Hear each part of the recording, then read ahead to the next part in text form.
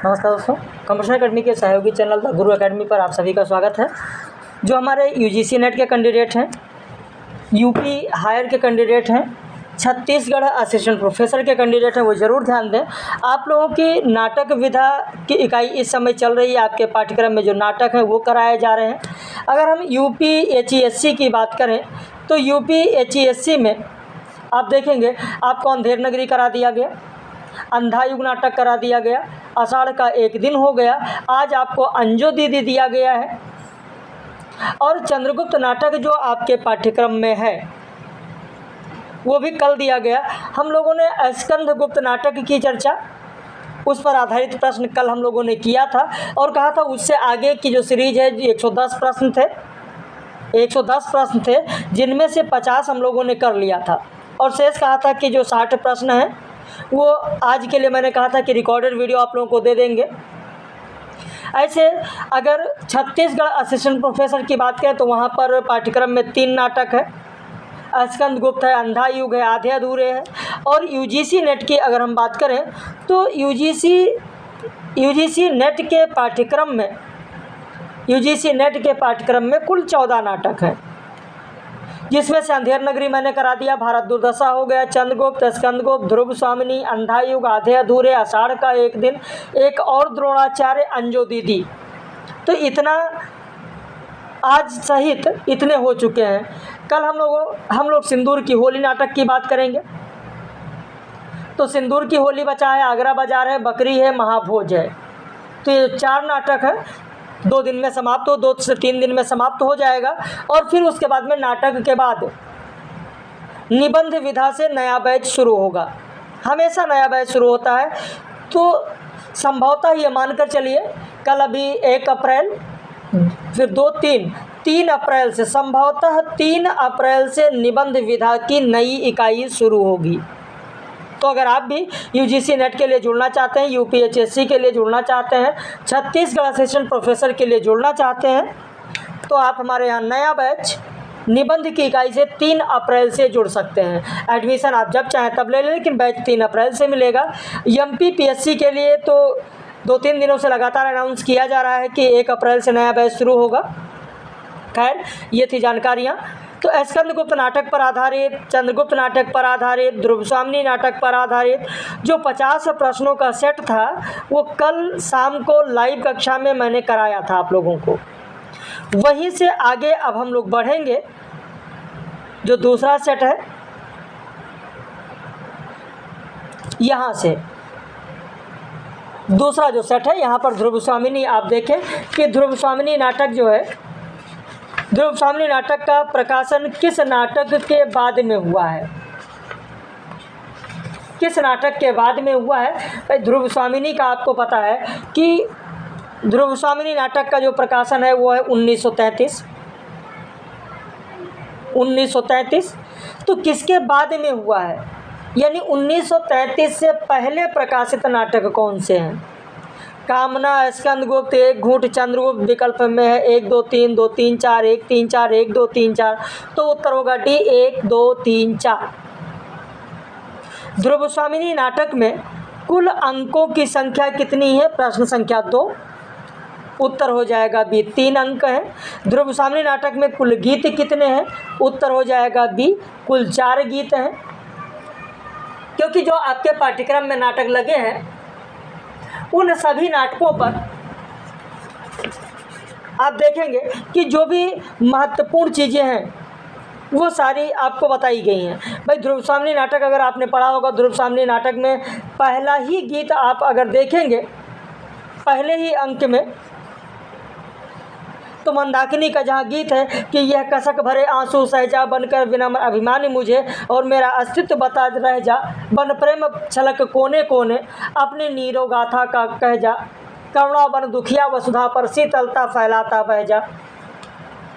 तो पहले ही अंक में गीत दिया गया है। तो इस तरीके से जब आप चीज़ों को पढ़ते हैं और जो पाठ्यक्रम में दिया गया है उस पर ध्यान रखते हैं तो बहुत सारी चीज़ें निकल कर सामने आती हैं। ऐसे जब दूसरा गीत आप देखेंगे जहाँ मंदाकिनी का गंभीर स्वर में गीत है, कई बार परीक्षाओं में पूछा गया है कि पैरों के नीचे जलधर हो बिजली से उनका खेल चले, संकीर्ण कगारों के नीचे सतसत झरने बेमेल चले, और सन्नाटे में हो विकल पवन पातप निज पद को हो चूम रहे, और तब भी गिरपथ का अथक पथिक ऊपर ऊंचे सब झेल चले। तो ये सब बहुत ही महत्वपूर्ण है। यौवन तेरी चंचल छाया, है ना। तो इस तरीके जो 4 गीत हैं, गीतों को ध्यान रखिए कौन किस अंक में है, किसका गीत है, और ये सारी चीज़ मैंने आप लोगों को पढ़ाया है। ध्रुव स्वामिनी नाटक के किस अंक में गीत है? आपका उत्तर हो जाएगा बी, पहले और दूसरे अंक में गीत है, तीसरे में कोई गीत नहीं है। ध्रुव स्वामिनी नाटक में किसका किसका गीत है? ध्रुव स्वामिनी, मंदाकिनी, कोमा। उत्तर हो जाएगा बी, 2 और 3 मंदाकिनी और कोमा। किसका किसका गीत है? तो यहाँ पर आप लिख लीजिएगा कि मंदाकिनी और कोमा। भाई पहला गीत आप देखेंगे मंदाकिनी का है, पहला गीत जो दिया गया है वो मंदाकिनी का है। जो दूसरा गीत दिया गया वहाँ पर भी आप देखेंगे दूसरा गीत भी मंदाकिनी का है। तीसरा गीत आप देखेंगे कोमा का है, यौवन तेरी चंचल छाया। तीसरा गीत जो दिया गया वो कोमा का है। चौथा गीत आप देखेंगे कोमा का है। तो 2 गीत कोमा के हैं, 2 गीत मंदाकिनी के हैं, ध्रुव स्वामिनी का कोई गीत नहीं है। रामगुप्त द्वारा ध्रुव स्वामिनी से किस प्रकार का विवाह किया गया है? उत्तर हो जाएगा डी, राक्षस विवाह। वैदिक में, वेदों में आप देखेंगे, वैदिक काल में इतिहास अगर पढ़े होंगे, थोड़ा बहुत तो जानते होंगे, विवाह के जितने 8 प्रकार हैं, 8 प्रकार की पूरी चर्चा की गई है। चंद्रगुप्त को प्राची का वालारूढ़ किसने कहा है? उत्तर हो जाएगा सी, ध्रुव स्वामिनी ने कहा है। कहाँ कहा है? ये पूरा कथन भी मैंने आप लोगों को पढ़ाया है, एक एक चीज़ मैंने लिखाया है। तो जब उन चीज़ों को पढ़ेंगे तभी वो चीज़ निकल कर सामने आएगी। एक एक तथ्य जो कराए जा रहे हैं उन्हें तभी आप समझ पाएंगे जब पूरा डिटेल पढ़ेंगे, डिटेल कक्षा में रहेंगे। शिखर स्वामी को किसने कहा है कि लोग तुम्हें नीति शास्त्र का बृहस्पति समझते हैं? उत्तर हो जाएगा डी, रामगुप्त। डी हो जाएगा रामगुप्त। सोने की कटार पर मुग्ध होकर उसे कोई अपने हृदय में डुबो नहीं सकता, यह कथन किसका है? कथन किसका है? प्रश्न संख्या 9 देखें। उत्तर हो जाएगा बी, रामगुप्त का है। यह भी बहुत ही महत्वपूर्ण है, बहुत ही महत्वपूर्ण है। और ये जितने दिए गए हैं यहाँ पर, ये सब प्रश्न परीक्षा में पूछे जाते हैं। ये सारे जो महत्वपूर्ण तथ्य हैं ये आप देखेंगे कि परीक्षा में खूब पूछे जाते हैं। अगला प्रश्न है कि मुझे मृत्यु की चादर से अपने को ढक लेने दो, यह कथन ध्रुव स्वामी ने किससे कहा है? प्रश्न संख्या 10। उत्तर हो जाएगा बी, चंद्रगुप्त से कहती हैं। किसकी बातों से प्रभावित होकर चंद्रगुप्त नारी वेश धारण करता है? कुबड़ा, बौना, हिजड़ा, गूंगा। आपका उत्तर हो जाएगा सी, हिजड़ा। किसके कहने से? तो हिजड़े के कहने से, हिजड़े के बात से प्रभावित होकर, हिजड़े के बात से प्रभावित होकर चंद्रगुप्त ने ये धारण किया था, वस्त्र, नारी का वस्त्र धारण किया था। तो किसके कहने पर? तो हिजड़े के बात से प्रभावित होकर। क्योंकि आपको याद होगा जब हिजड़ा ये कहता है चंद्रगुप्त को कि कुमार, स्त्री बनना सहज नहीं है, कुछ दिनों तक मुझसे सीखना होगा। और सबकी तरफ देखता है, शिखर स्वामी के मुंह पर हाथ फेरता है, कहता तुम नहीं बन सकते, तुम्हारे ऊपर बड़ा कठोर आवरण है। और फिर चंद्रगुप्त कुमार के पास जाता है और कुमार के समीप जाकर कहता, कुमार, मैं शपथ खाकर कह सकती हूँ कि यदि मैं अपने हाथों से सजा दूँ तो आपको देखकर महादेवी को भ्रम हो जाए। खैर चंद्रगुप्त उसका कान पकड़कर बाहर कर देते हैं, है ना। तो इस तरीके से हिजड़े के बाद से प्रभावित होकर। अगला है कि 2 प्यार करने वाले हृदयों के बीच में स्वर्गीय ज्योति का निवास होता है, यह कथन किसका है? बहुत ही महत्वपूर्ण कथन है। उत्तर हो जाएगा आपका बी, डी हो जाएगा, मिहिरदेव। मिहिरदेव, मिहिरदेव, मिहिरदेव का यह कथन है जब सकराज कहते हैं कि मैं समझता हूँ कि आप मेरे राजनीतिक कामों में हस्तक्षेप ना करें तो अच्छा है, तब मेहरदेव कहते हैं राजनीति, मेहरदेव कहते हैं राजनीति, और राजनीति ही मनुष्य के लिए सब कुछ नहीं है। राजनीति के पीछे नीति से भी हाथ ना धो बैठो, जिसका विश्व मानव के साथ व्यापक संबंध है। अरे राजनीति के साधारण छलनाओं से सफलता प्राप्त करके क्षण भर के लिए तुम अपने को चतुर समझने की भूल कर सकते हो, लेकिन इस भीषण संसार में समझ लीजिएगा, एक प्रेम करने वाले हृदय को खो देना सबसे बड़ी हानि है सकराज, और दो प्यार करने वाले हृदयों के बीच तो स्वर्गीय ज्योति का निवास है।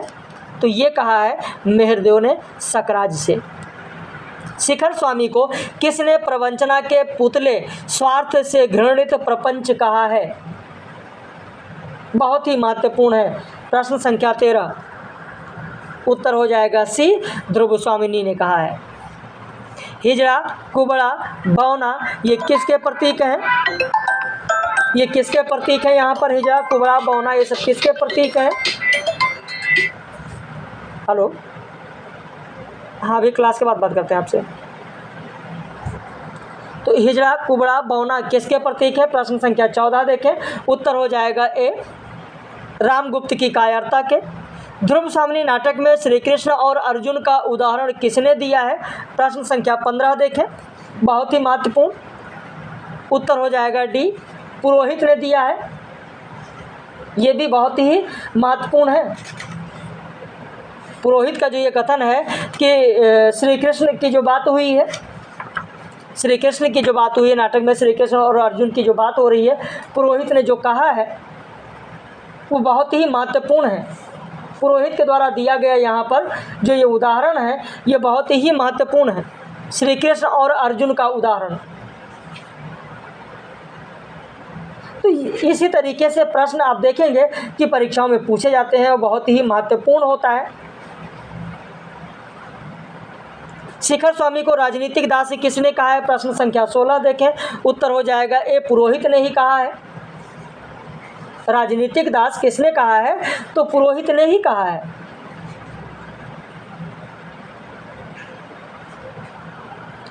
प्रश्न संख्या 17 देखें, जिसकी भुजाओं में बल ना हो उसके मस्तिष्क में तो कुछ तो होना चाहिए। कथन किसका है?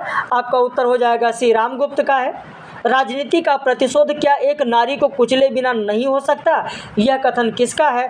आपका उत्तर हो जाएगा 18 का सी, कोमा का।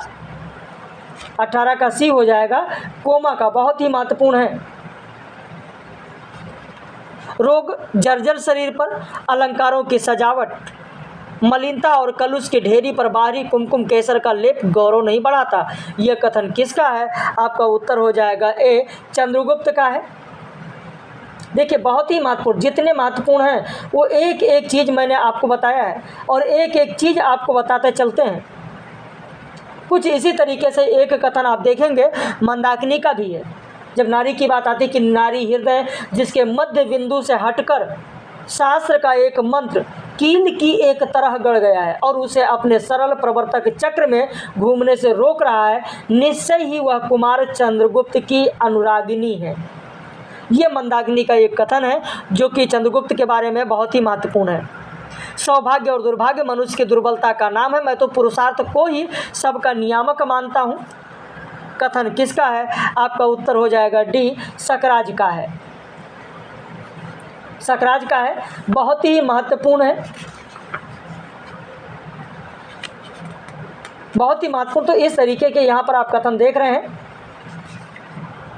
अगला प्रश्न है कि सच है वीरता जब भागती है तब उसके पैरों से राजनीतिक छलछंद की धूल उड़ती है। यह कथन किसका है? कोमा, ध्रुव स्वामिनी, मंदाकिनी, खड़गधारणी। प्रश्न संख्या 21 आपका उत्तर हो जाएगा सी, मंदाकिनी।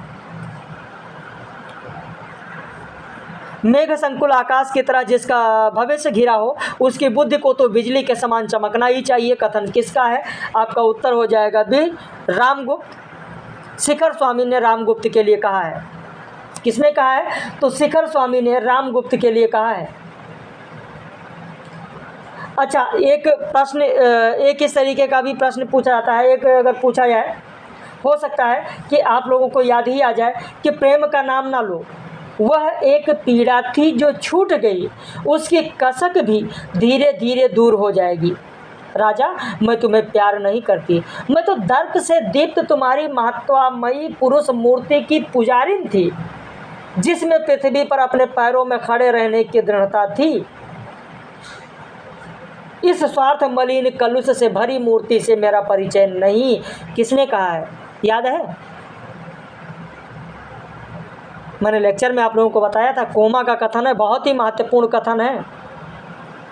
इस स्वार्थ मलिन कलुष से भरी मूर्ति से मेरा परिचय नहीं, सिर्फ इतना ही कथन एक बार पूछा गया है।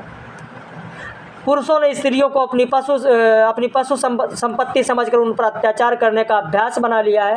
कथन किसका है? उत्तर हो जाएगा सी, ध्रुव स्वामिनी का है। यह कथन किसका है? तो ध्रुव स्वामिनी का है, ध्रुव स्वामिनी का है। अगला प्रश्न, अपनी विजय का उपहार समझकर मैं तुम्हारा हरण कर लूँगा, यह कथन किसका है? उत्तर हो जाएगा ए, बौना का है। उत्तर हो जाएगा ए, बौना का है, बहुत ही महत्वपूर्ण है। मंदाकिनी के चरित्र से क्या क्या शामिल है? प्रश्न संख्या 25। तो सात्विक, करुणामयी, संवेदनशील, वीरांगना और साहसी है, सही है। वो कर्तव्यनिष्ठ, सत्यवक्ता, दार्शनिक है, ये भी सही है। वह नैतिक मूल्यों के प्रति श्रद्धालु, सर्वगुण संपन्न, एक आदर्श नारी है, ये भी सही है। यानी 25 का उत्तर हो जाएगा डी, 1, 2, 3 सभी सही है। कोमा के बारे में सही कथन क्या है? वो सात्विक, उत्तम, करुणा की प्रतिमूर्ति है, सही है। वह दार्शनिक और भावुक नारी है, सही है। वह अपने को सौभाग्यशालिनी मानती है, गलत है। ए होगा 1 और 2, वह अपने को सौभाग्यशालिनी नहीं मानती, क्योंकि उसके हृदय में अतृप्त भावनाओं का प्रबलतम ज्वार है। तभी तो वह सकरात से कहती है कि रूठने का सुहाग मुझे मिला कब। तो इसलिए आपका 26 का उत्तर हो जाएगा ए, 1 और 2। अगला प्रश्न है कि ध्रुव स्वामिनी नाटक में किसकी हत्या होती है? सकराज, कोमा, मिहिरदेव, रामगुप्त। विकल्प में है 1, 2, 3, 2, 3, 4, 1, 3, 4, 1, 2, 3, 4। तो उत्तर हो जाएगा डी, 1, 2, 3, 4 सभी होंगे। मनुष्य के हृदय में देवता को हटाकर राक्षस कहाँ से घुस आता है? यह कथन किसका है? उत्तर हो जाएगा ए, ध्रुव स्वामिनी का है। प्रश्न कैसे लग रहे हैं जरूर अपनी प्रतिक्रिया व्यक्त कीजिएगा। ऐसा विनय प्रवंचकों का आवरण है जिसमें सील न हो और सील परस्पर सम्मान की घोषणा करता है। कथन किसका है? उत्तर हो जाएगा डी, चंद्रगुप्त का है। मुझे कलंक कालिमा के कारागार में बंद कर मर्म वाक्य के धुएं से दम घोट कर मार डालने की आशा न करो, यह कथन किसका है? उत्तर हो जाएगा डी, ध्रुव स्वामिनी का है, ध्रुव स्वामिनी का। आज मेरी असहायता मुझे अमृत पिलाकर मेरा निर्लज्ज जीवन बढ़ाने के लिए तत्पर है, यह कथन किसका है? प्रश्न संख्या 31। आपका उत्तर हो जाएगा बी, ध्रुव स्वामिनी का है। पैरों के नीचे जलधर हो, बिजली से उनका खेल चले, यह गीत किसका है? प्रश्न संख्या 32। उत्तर हो जाएगा सी, मंदाकिनी का। अभी मंदाकिनी का जो गीत है, कौन कौन से गीत है वो भी मैंने आप लोगों को बताया है। भाई जो 4 गीत है, चारों गीत की मैंने चर्चा कर दी है। चारों गीत की चर्चा इसीलिए आप लोगों से कर दी गई है। और ये चारों गीत क्रम से भी ध्यान रखिएगा, किस अंक में है यह भी ध्यान रखिएगा।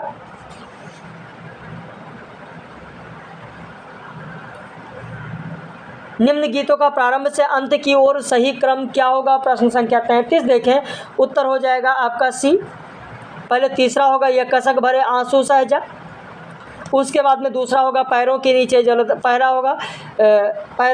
जलधर हो, और फिर होगा यौवन तेरी चंचल छाया, अंत में होगा अस्ताचल परी होती संध्या। प्रश्न स्वयं किसी के सामने नहीं आते, मैं तो समझती हूँ मनुष्य उन्हें जीवन के लिए उपयोगी समझता है। किसने कहा है? उत्तर हो जाएगा सी, कोमा का है, कोमा का है। मनुष्य मकड़ी की तरह लटकने के लिए अपने आप ही जाला बुनता है, यह कथन किसका है? उत्तर हो जाएगा डी, कोमा का है। जीवन का प्राथमिक प्रसन्न उल्लास मनुष्य के भविष्य में मंगल और सौभाग्य को आमंत्रित करता है, यह कथन किसका है? यह भी कोमा का है। सकराज किस प्रकार की झांझ वाली नाच के प्रबंध की बात करता है? बहुत ही महत्वपूर्ण है। उत्तर हो जाएगा सी, सोने की झांझ वाली। स्त्री का सम्मान नष्ट करके तुम जो भयानक अपराध करोगे उसका फल क्या अच्छा होगा? यह कथन किसका है? उत्तर हो जाएगा बी, मिहिर देव सकराज से कहता है। मैं तो दर्प से दीप्त तुम्हारी महात्मयी मूर्ति की पुजारिन थी। अभी मैंने ये पूरा कथन आपको बताया है, ये पूरा कथन मैंने अभी आप लोगों को बताया। देखिए, इस तरीके के जब कथन आते हैं, इस तरीके के जब कथन आप लोगों को मिलते हैं परीक्षा में, तो ये वही लोग कर पाते हैं जो पूरा डिटेल पढ़े होते हैं। और जब तक डिटेल नहीं पढ़ेंगे तब तक उस चीज़ को नहीं कर पाएंगे। और डिटेल से पढ़ने के लिए ये सारी चीज़ें हो पाती हैं। तो यहाँ पर आपका उत्तर हो जाएगा, क्या होगा? सी हो जाएगा। सॉरी, यहाँ पर उत्तर आपका क्या हो जाएगा? तो मैं तो दर्प से दीप्त, अच्छा 38 का तो बी हो गया, 39 है। मैं तो दर्प से दीप्त, यही मैं भी आपको बता रहा था, बी हो जाएगा। कोमा का है तो यही तो मैंने बताया था कि प्रेम का नाम ना लो, वह एक पीड़ा थी जो छूट गई, उसकी कसक भी धीरे धीरे दूर हो जाएगी। राजा, मैं तुम्हें प्यार नहीं करती, मैं तो दर्प से दीप्त तुम्हारी महात्मयी पुरुष मूर्ति की पुजारिन थी। मेरे भाग्य के आकाश में धूमकेतु से अपनी गति मंद करो, किसके लिए कहा गया है? तो आपका उत्तर हो जाएगा बी, चंद्रगुप्त। 40 का उत्तर बी हो जाएगा, चंद्रगुप्त। हृदय में नैतिक साहस, वास्तविक प्रेरणा और पौरुष की पुकार एकत्र करके सोचिए, यह मंदाकिनी ने किसके लिए, किससे कहा है? तो प्रश्न संख्या 41 में उत्तर हो जाएगा आपका सी, चंद्रगुप्त। विधान की स्याही का एक बिंदु गिरकर भाग्य लिपि पर कालीमा चढ़ा देता है, कथन किसका है? उत्तर हो जाएगा बी, चंद्रगुप्त का है। कई बार परीक्षाओं में पूछा गया है। जो अपनी पवित्रता की दुदुम्बी बजाते हैं वे सब के सब साधु होते हैं ना, यह कथन किसका है? उत्तर हो जाएगा डी, ध्रुव स्वामिनी का है, ध्रुव स्वामिनी का है। ये दुदुम्बी वाला जो है, ये दुदुम्बी वाला जरूर ध्यान रखिएगा।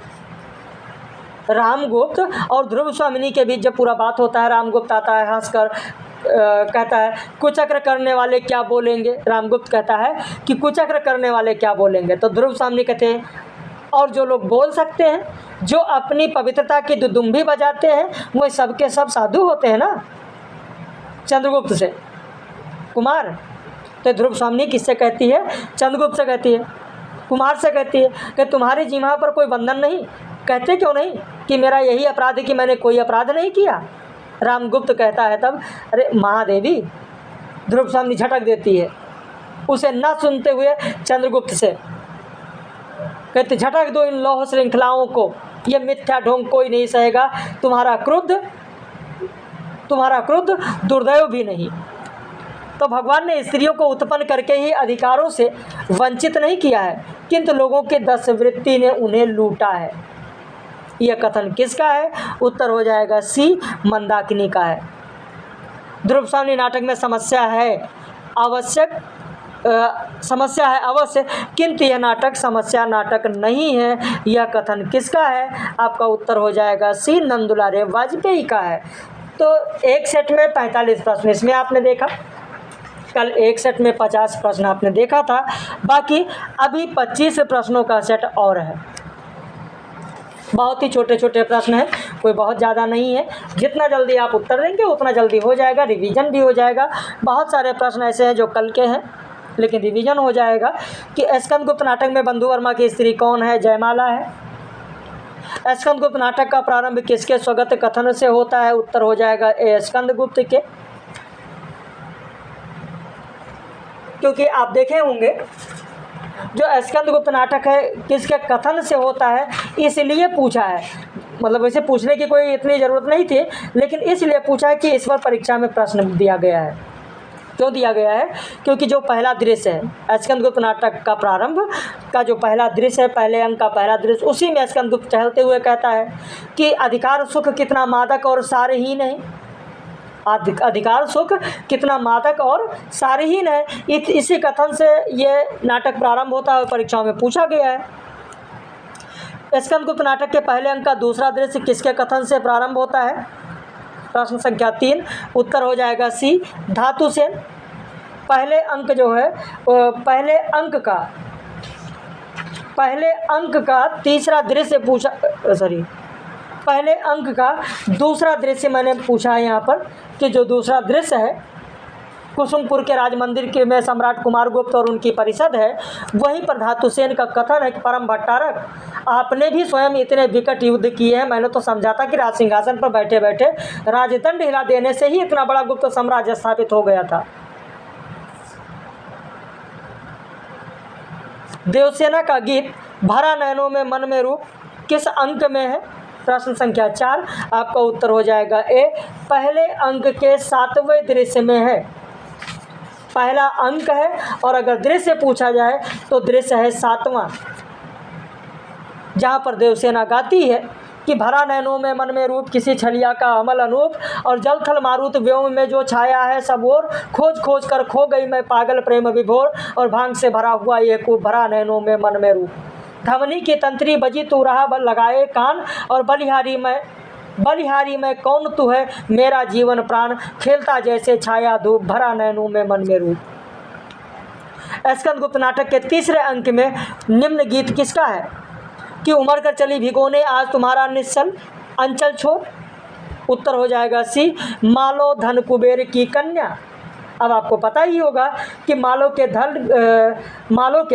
धन कुबेर की कन्या कौन है? तो विजया है।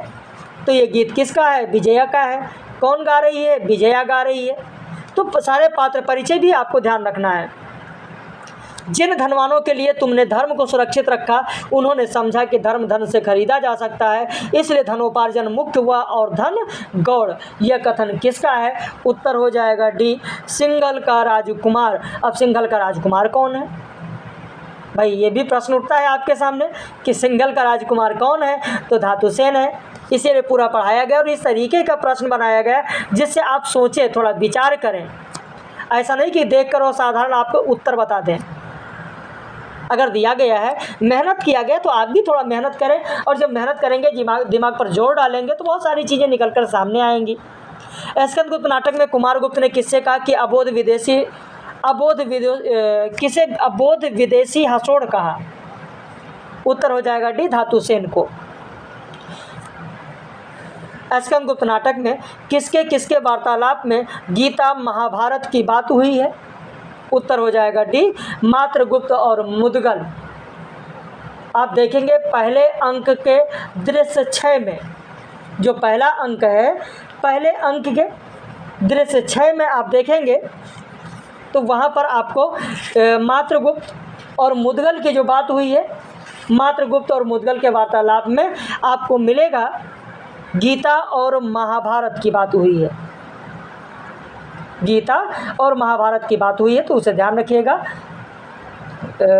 मैंने जब पढ़ाया है तो वहाँ पर पूरा बताया है। मुद्गल जब कहता है कि तर्कशास्त्र लगाना पड़ेगा, तो मातृगुप्त कहता हाँ तुमने गीता पढ़ी होगी। मुद्गल कहता हाँ अवश्य, ब्राह्मण और गीता ना पढ़ें। फिर उसके बाद उसके श्लोक की बात होती है। तो इस तरीके से मुद्गल कहता गीता सुनने के बाद क्या हुआ? मातृगुप्त कहता महाभारत। तब मुद्गल कहता तब भैया इस गठरी के लिए महाभारत का एक लघु संस्करण हो जाना परम आवश्यक है। गठरी में हाथ लगाया कि डंडा लगा। ठीक है, तो इस तरीके से बात हुई है। स्कंदगुप्त के आंतरिक द्वंद्व का कारण क्या था? प्रश्न संख्या 9 देखें। उत्तर हो जाएगा डी, 1, 2, 3। मात्रगुप्त के आंतरिक द्वंद्व का कारण क्या था? प्रश्न संख्या 10 देखें। उत्तर हो जाएगा ए, 1 और 2। राज्य के बहिष्कृत किए जाने की पीड़ा ये नहीं था। अनंत देवी द्वारा देवकी की हत्या के षड्यंत्र में कौन शामिल नहीं है? अनंत देवी द्वारा देवकी का जो षड्यंत्र किया जाता है, देवकी की हत्या का षड्यंत्र होता है, उसमें कौन शामिल नहीं है? तो रामा शामिल नहीं, बल्कि राम बचाने की कोशिश करती है। अपने कुकर्मों का फल चखने में कड़वा परंतु परिणाम में मधुर होता है। यह कथन किसका है? उत्तर हो जाएगा बी, भट्टारक का। प्रश्नों की संख्या 25 है, इसमें बहुत ज़्यादा नहीं, इसलिए परेशान ना हो। प्रश्न संख्या 13 है, स्कंदगुप्त का कथन कौन सा है? उत्तर हो जाएगा बी, रणभूमि में प्राण देकर जननी जन्मभूमि का उपकार करो। बाकी सच है, आवश्यकता ही संसार के व्यवहारों की दलाल है, विजय ने कहा है। कष्ट हृदय की कसौटी है, तपस्या अग्नि की, देवसेना ने कहा है। ब्राह्मण क्यों महान है, इसलिए कि वह त्याग और क्षमा की मूर्ति है, धातुसेन ने कहा है। हम देश की प्रत्येक गली को झाड़ू देकर ही इतना स्वच्छ कर दें कि उस पर चलने वाला राजमार्ग का सुख ले, कथन किसका है, उत्तर हो जाएगा बी, सर्वनाग का है।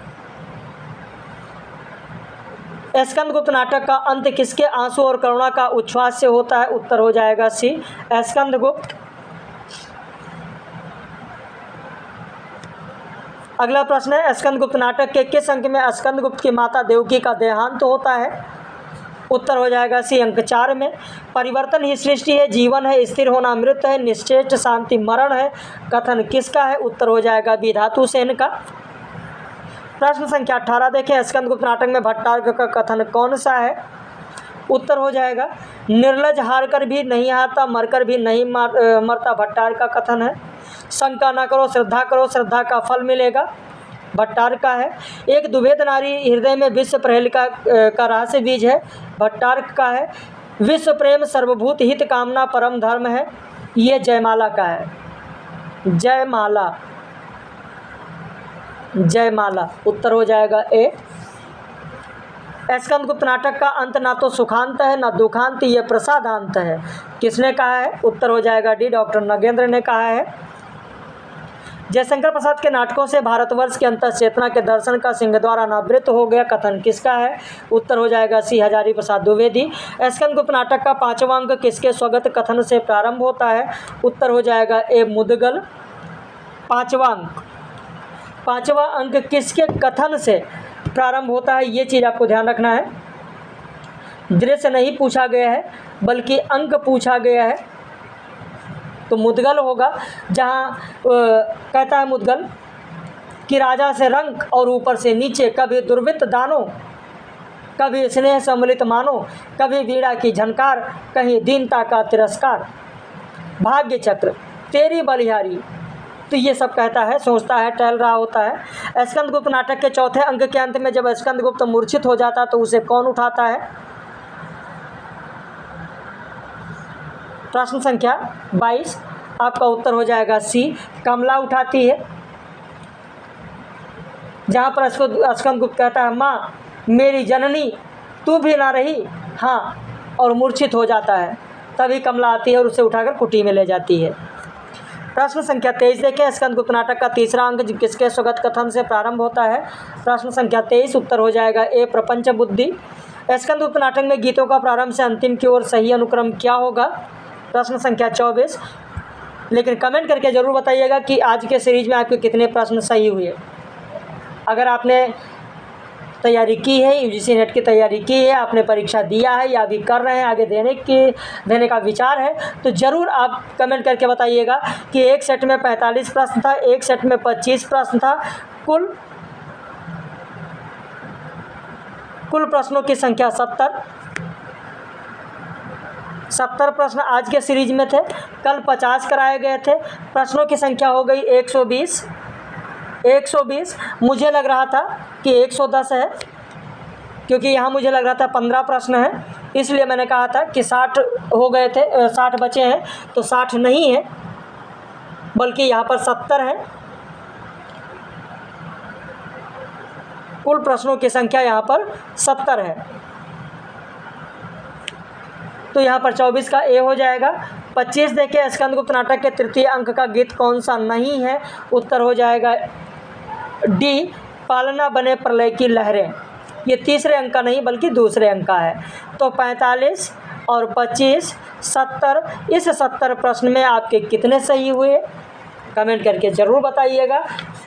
बाकी अगर आप जुड़ना चाहते हैं, पेड बैच ज्वाइन करना चाहते हैं, तो संभवतः 3 अप्रैल से, अभी तो नाटक की इकाई चल रही है, 3 अप्रैल से या 4 अप्रैल से, 3 या 4 से, संभावना ज़्यादातर है 3 अप्रैल से, नहीं तो फिर 4 अप्रैल से तो है ही है। निबंध की इकाई से नया बैच शुरू होगा, क्योंकि अभी अंधेर नगरी, भारत दुर्दशा, चंद्रगुप्त, स्कंदगुप्त, ध्रुव स्वामिनी, अंधा युग, आधे अधूरे, आषाढ़ का एक दिन, एक और द्रोणाचार्य, अंजो तिथि कराया गया। बचा जो है वो 4 है, सिंदूर की होली, आगरा बाजार, बकरी और महाभोज। तो देखते हैं, इसे भी करा देंगे और ये 2-3 दिनों में इधर हो जाएगा। फिर 3 या 4 अप्रैल से निबंध की इकाई से नया बैच शुरू होगा। अगर आप जुड़ना चाहते हैं तो ज़रूर आप हमारे नंबर पर फ़ोन करके, व्हाट्सएप करके जानकारी ले सकते हैं। यहाँ पर देखें, ये नंबर लिखा हुआ है, स्क्रीनशॉट ले लीजिए। चैनल पर नए हैं तो चैनल को सब्सक्राइब कर लीजिए ताकि जो भी वीडियो पब्लिश हो उसका नोटिफिकेशन मिले। और अगर आप MP के लिए जुड़ना चाहते हैं, MP AP के लिए, या CG AP के लिए, UP AP के लिए, उत्तराखंड AP के लिए, तो जहाँ के भी असिस्टेंट प्रोफेसर या AP के लिए, या AP कह सकते हैं शॉर्ट में, उसके लिए जुड़ना चाहते हैं तो आप हमारे इस नंबर पर संपर्क कर सकते हैं।